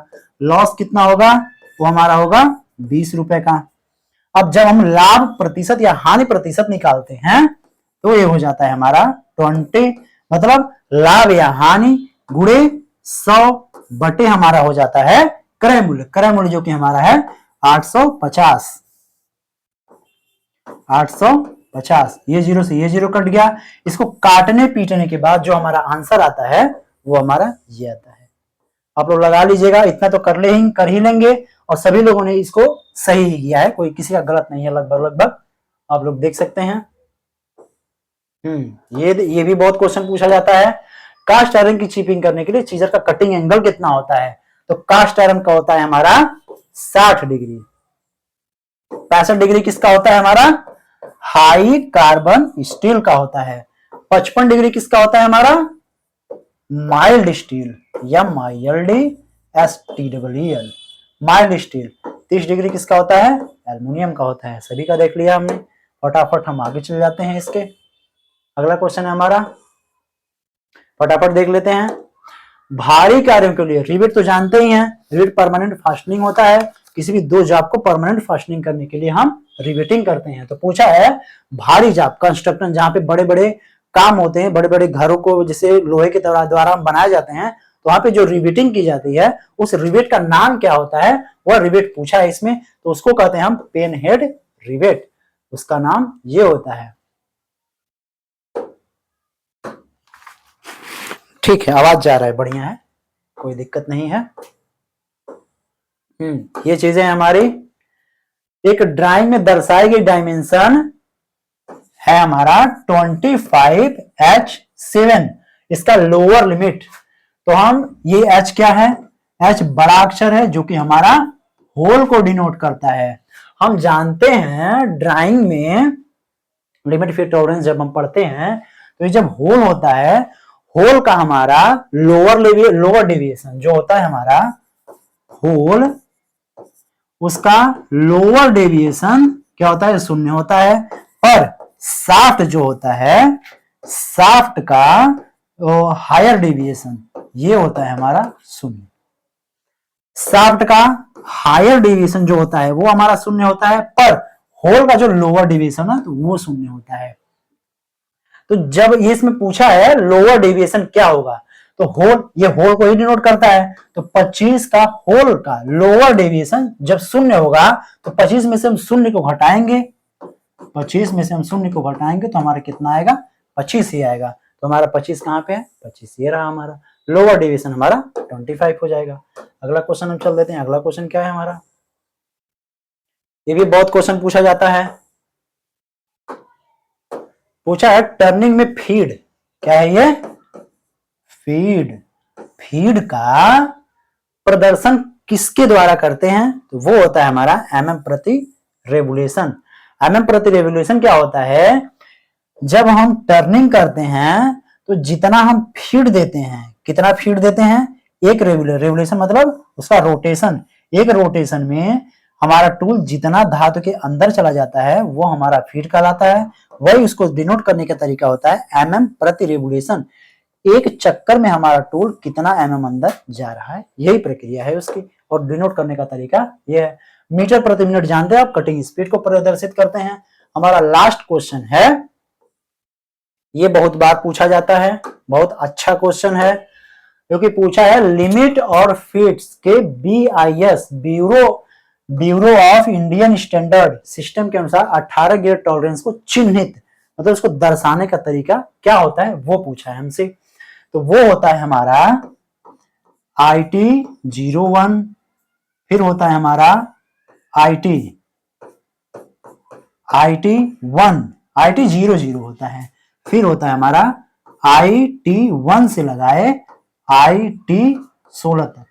एक ये हो गया, एक ये हो गया, 2 ये हो गया और 1 से 16 तक 16 ये हो गया। दोनों को जोड़ देंगे 18 ग्रेड हमारे तैयार हो जाते हैं। ये हमारा 18 ग्रेड जो कि देख लीजिए यहाँ पे IT01, IT0 से लगाए 16 तक।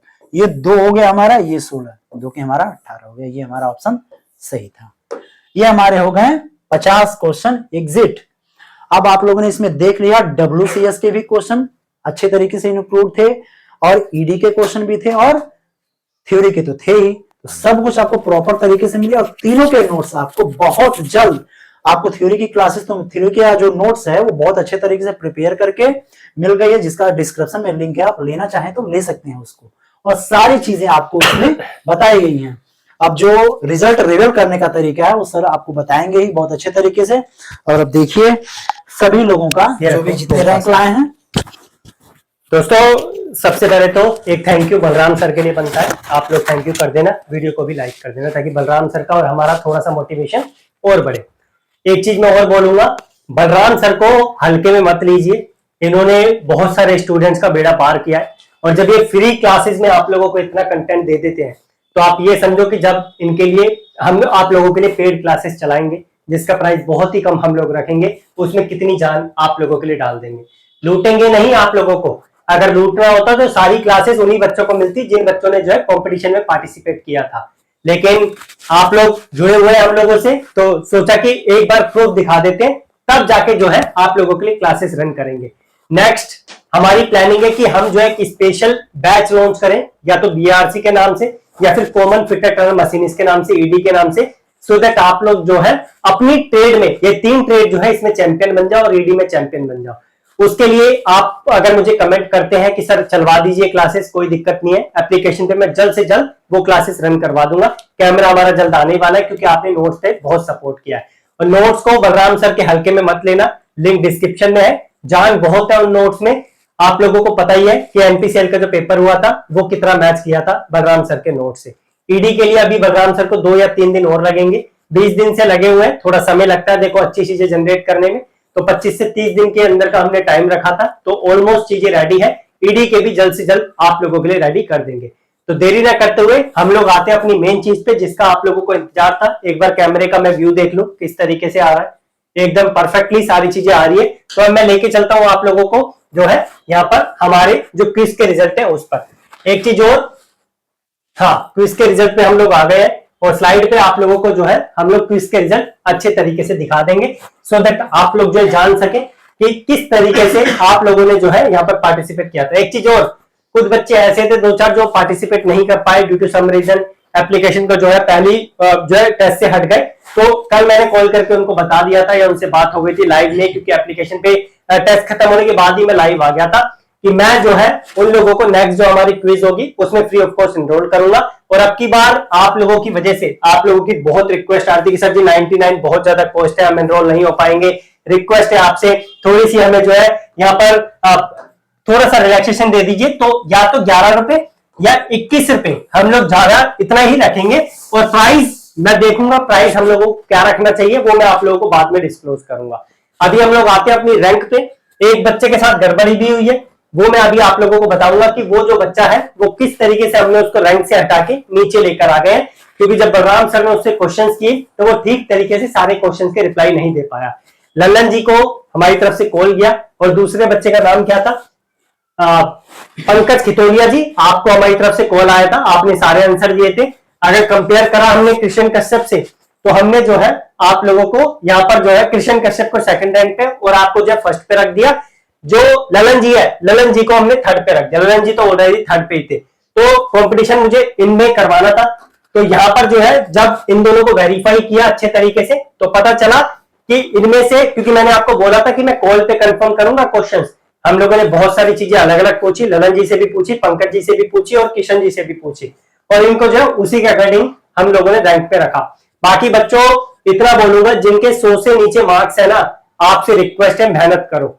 ये जो आप लोगों के लिए क्विज हुई थी इसमें ऐसे ही क्वेश्चन डाले गए थे जो एग्जाम में पहले आ चुके हैं, आपको बलराम सर ने उनका सॉल्यूशन करवा दिया है। और आपने देखा होगा इस तरीके से क्विज होते हैं, कोई आपको सॉल्यूशन नहीं करवाता, सीधा क्विज का रिजल्ट प्रदर्शित किया और काम खत्म। लेकिन हमने बोला था पूरी ट्रांसपेरेंसी के साथ सारी चीजें आपको प्रोवाइड करेंगे, किसको इनाम गया किसको नहीं गया सारी चीजें बताएंगे।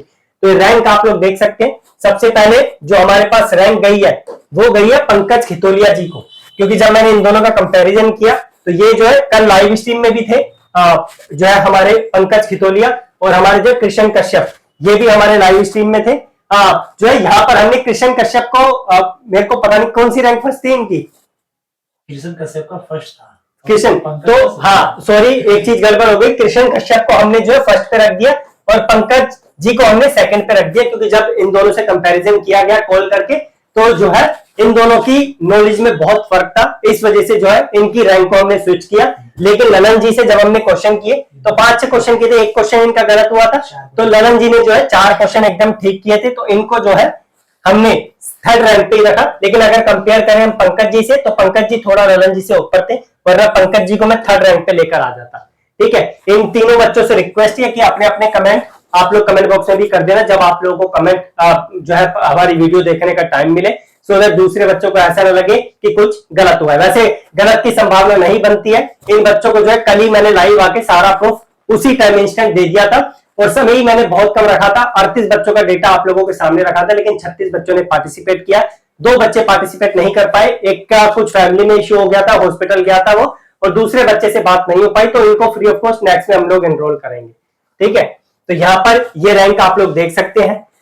नमन साहू 122 नंबर आए 150 में, चौथी रैंक है। चित्रंजन जी 118, सहदेव जी 118। उसके बाद हमारी जो है यहाँ पर अर्नब जी 7वें नंबर पे, अपने अपने मार्क्स आप लोग देख लो कितने कितने आए। मैं दोबारा से बोल रहा हूँ, बहुत मेहनत करने की आप लोगों को जरूरत है। हमने ये जो लेवल रखा था बीआरसी का, 3 नंबर जो है सही होने पर आप लोगों को मिलेगा और गलत होने पर 1 आप लोगों का कट जाएगा। तो ये क्राइटेरिया रखा था। अपनी अपनी रैंक आप लोग देख लो, पूरे 36 बच्चे यहाँ पर है।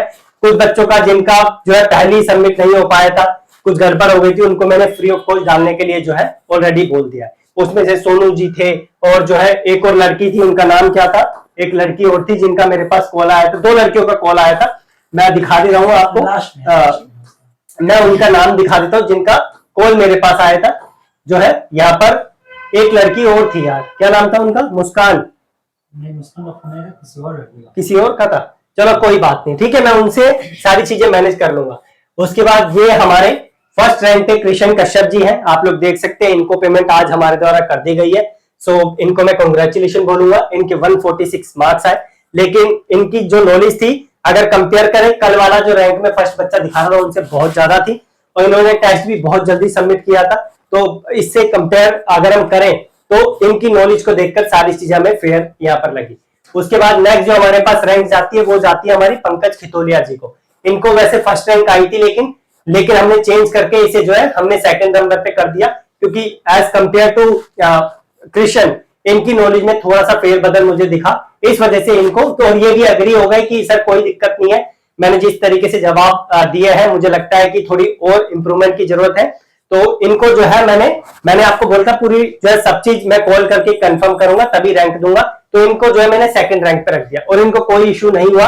इन्होंने 1000 रुपए इनको मैंने दिए, और बुक भी इनके घर पे डिलीवर होगी, कृष्ण जी के भी घर पे बुक डिलीवर होगी, तो इनको जो है हम लोग बुक डिलीवर कर देंगे। और इनको कोई इशू नहीं है कि सर जी मैं फर्स्ट पे क्यों रख दिया, मैं सेकंड पे क्यों रखा, मैं थर्ड पे क्यों रखा, क्योंकि ये एग्री हुए थे उस चीज पे। मैं इन तीनों बच्चों से रिक्वेस्ट करूंगा, प्लीज आप लोग कमेंट कर देना, ताकि जो है आप लोगों के बारे में पता चल सके दूसरे बच्चों को।